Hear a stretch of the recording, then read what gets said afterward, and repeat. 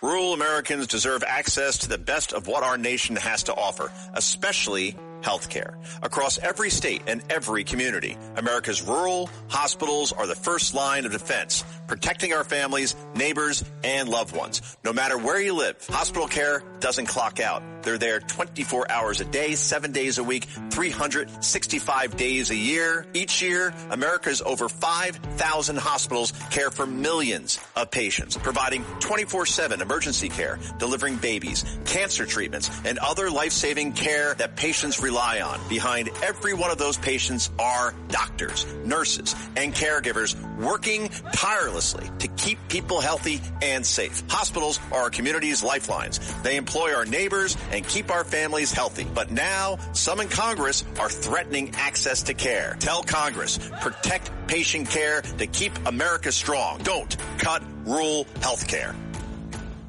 Excuse me! Taxi! This is the 77 WABC minicast.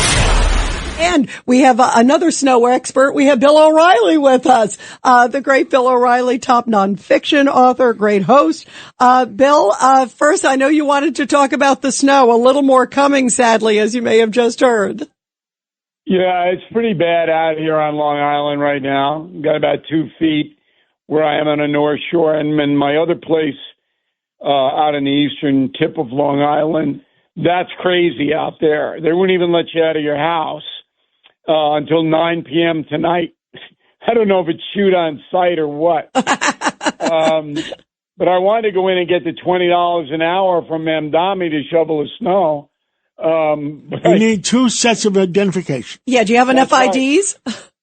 You need 2 sets of ID. I don't know if he's got a lot of people out there. I haven't heard. Have you seen any news coverage of it? I haven't seen. No, Vito is going to come on later. He called me before, and he's mad as heck because he says that they're not taking care of Staten Island.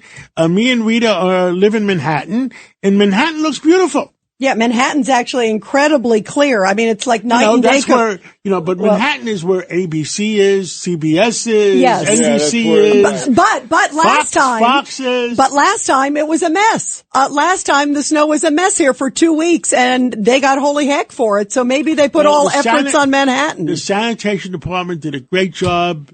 The mayor gave them the authority to do it. So I got to commend them because, it's where one lives. Me and you live here. Thank you, Mr. Mayor. Thank you. Absolutely. And to your point, John, they were also preemptive because you could see them out on Saturday, with the salt, getting ready. Like there were a lot of sanitation folks, more than I've ever seen. But Bill, you say where it is, where you are, it's terrible. Yeah, the roads are okay. I mean, everybody's handled, the situation, competently. There are big problems in Queens though. Because, they don't plow the secondary roads. And so people's cars are buried and they can't get them out and all that. So, this is not a city conducive to any kind of nature. It's not friendly, that's for sure. Yeah. Now, speaking of friendly, you also want to talk about the Olympics. How awesome is it? By the way, that the men's hockey team won the gold. The women won the gold too. Well, God was punishing the Canadians for killing those ostriches. Oh, that must be a double payback because they lost both. Both women's and men's. Yep. Well, there's a little controversy developing here. I don't know whether you guys are aware of it, but about 2 hours ago, the women's hockey team spokesperson said that the team is not going to go to the State of the Union tomorrow night, even though invited. That struck me to be very, breaking very news. Yeah, unusual. wait a minute. Breaking news, Bill. We didn't hear that. Here it is. Here's the breaking news. Here it is. Breaking news, WABC. So Bill, tell us again, the women's hockey team was invited but is not going. Right. So Trump invited the men's hockey team, and some of them will go and some of them won't, depending on their situation, because the National Hockey League starts up in the middle of the week. But everybody was respectful to the office of the presidency. The women issued a statement, a blanket statement. We're not going. Now, the statement wasn't nasty.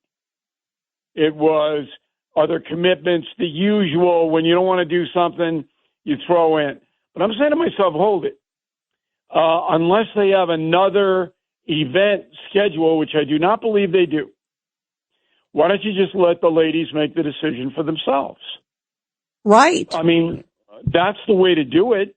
Why do you put out a statement going where the team isn't going to show up?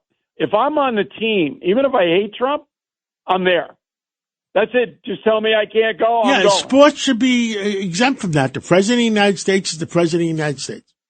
So I just finished taping the lead story from my television broadcast, No Spin News, with Stephen A. Smith.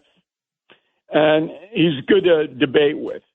And I said, there's a culture in women's sports, and it was started by the women's soccer team. You remember how militantly Megan Rapaport, right? I remember that whole, yep. Anti-American that team was.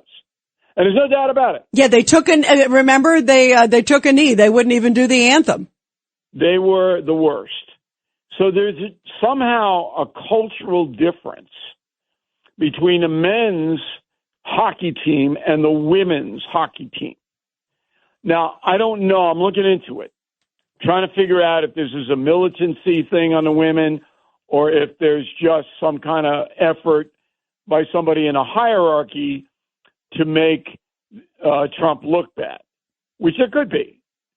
But the men, and I wrote this on BillO'Reilly.com in my message this morning, they were perfect. I didn't see one example of disrespect for their country. You don't have to like Trump.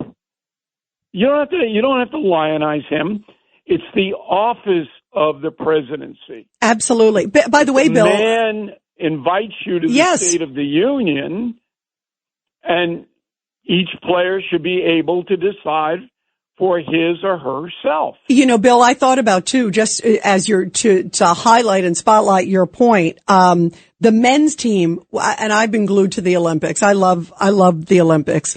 So I was watching a lot of it over the weekend, and one of my favorite moments from the whole Olympics, I mean, there are a lot of them, but to watch Jack Hughes of the New Jersey Devils praising America right after he won. I mean, what a contrast. I'm so proud to be an American. I'm so proud. He could not be more red, white, and blue, and it was beautiful. It was, and his brother Quinn did the same thing, and it was echoed to some extent depending on who the player was and how articulate the player was. But there was a feeling of accomplishment, number one, and pride that they represented the United States, number two. Now, for a country as divided as we are right now, more divided, I think, than any other time, even worse than the Vietnam War, than the Civil War. So we're second now. That kind of a message should be applauded by everybody, but it's not. It's not. Now, the real radical lefties are seething. They, not to say they rooted against a U.S. victory, but they don't want America to get any credit for it because they don't like America. And that's the truth. These radical leftists do not respect the traditions of our country. And I can prove it by saying they want to change every single one of them. There's nothing they want to keep. Supreme Court, pack it. Okay? Constitutional, whatever it may be, change it, revise it, update it. You know, it's to me, I'm going to fight against that to my last breath because it's so blank and dangerous. I'm not putting the women's hockey team in that category. I'm saying there's a culture, and I don't know, and I'm looking into it now, the root of it. I don't know who's behind it. I will find out.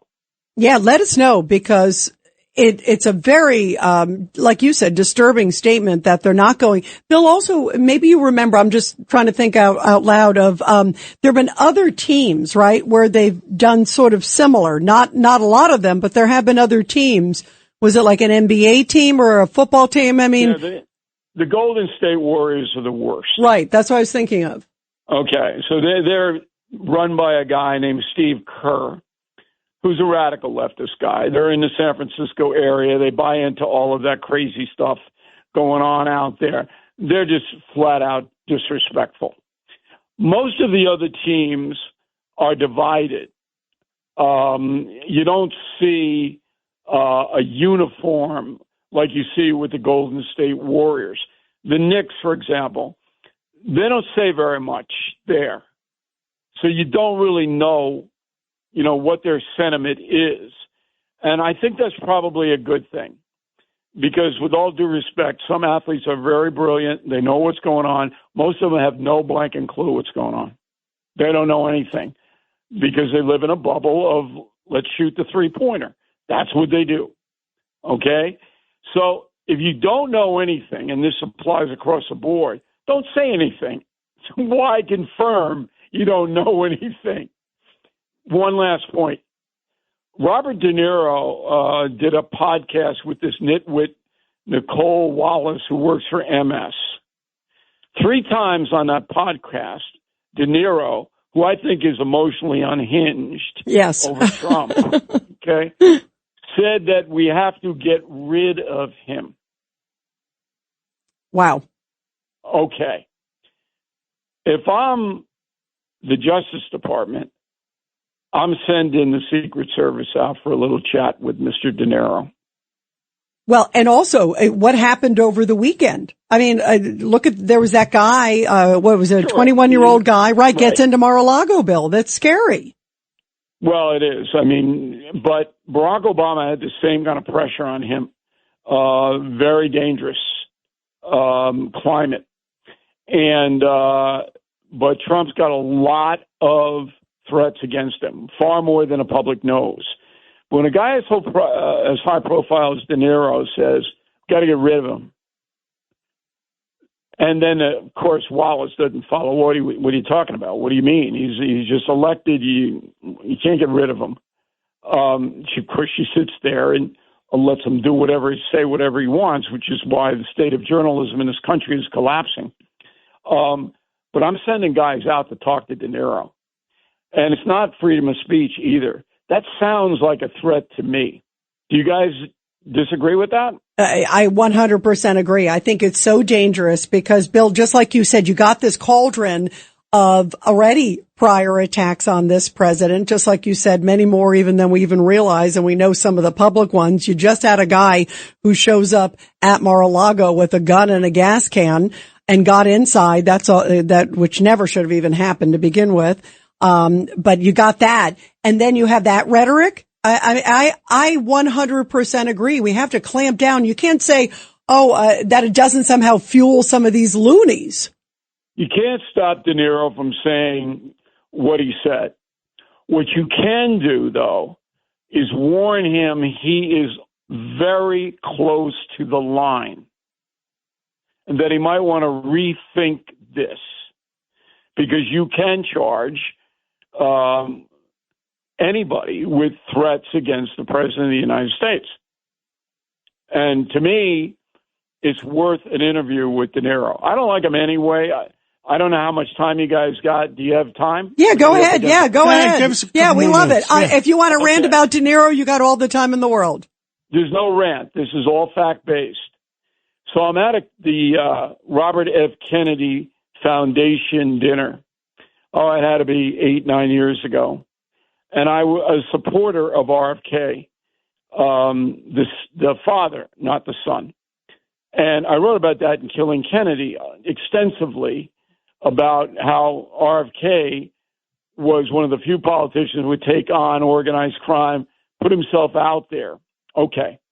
So I, for years, had donated to the Kennedy Foundation. So I'm sitting with Ethel Kennedy. How's that for a name drop? Okay. At a table at this benefit.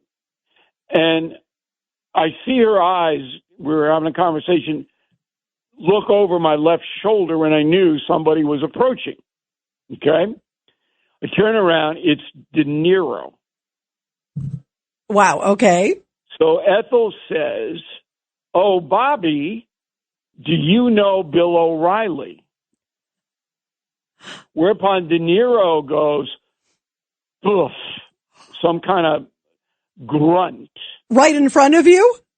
Right in front of me. Oh, wow. So I unwind from the seat, all 6'4", 200 pounds of me, tower over him, look down, and say, "Is there a problem?"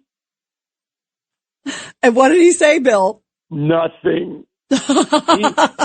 He scattered away like a little squirrel. Wow. And then I turned back to Mrs. Kennedy and I said, "I'm sorry, but he was a bit rude." And she just smiled. I think she enjoyed the spectacle. Yeah, I think she did too. And I would have loved to have seen his face when 6'4" Bill O'Reilly stood up next to him too. Yeah, and I'm not the jovial type, Rita, as you know. Bill, I think that spoke volumes. Your look and your face and you standing up. Bravo to you. Well, Bill, thank you so much. That says it all. And let us know what you hear about the women's hockey team. If you hear any more details, let us know, because that's really troubling. I think it's a good story. Yeah. And it'll be a lot more coming out tomorrow about it. Definitely. Please let us know. If you find out anything, Bill, let us know. We'd love to have you back on about it. Okay, Rita. Thank you. Thank See you, John. Bill O'Reilly. Thank you so much. Rural Americans deserve access to the best of what our country has to offer, especially health care. Across every state, every community, America's rural hospitals are the first line of defense, protecting our families, neighbors, and loved ones. No matter where you live, hospital care doesn't clock out. They're there 24 hours a day, 7 days a week, 365 days a year. Each year, America's over 5,000 hospitals care for millions of patients, providing 24/7 emergency care, delivering babies, cancer treatments, and other life-saving care that patients rely on. Behind every one of those patients are doctors, nurses, and caregivers working tirelessly to keep people healthy and safe. Hospitals are our community's lifelines. They employ our neighbors and keep our families healthy. But now, some in Congress are threatening access to care. Tell Congress, protect patient care to keep America strong. Don't cut rural health care.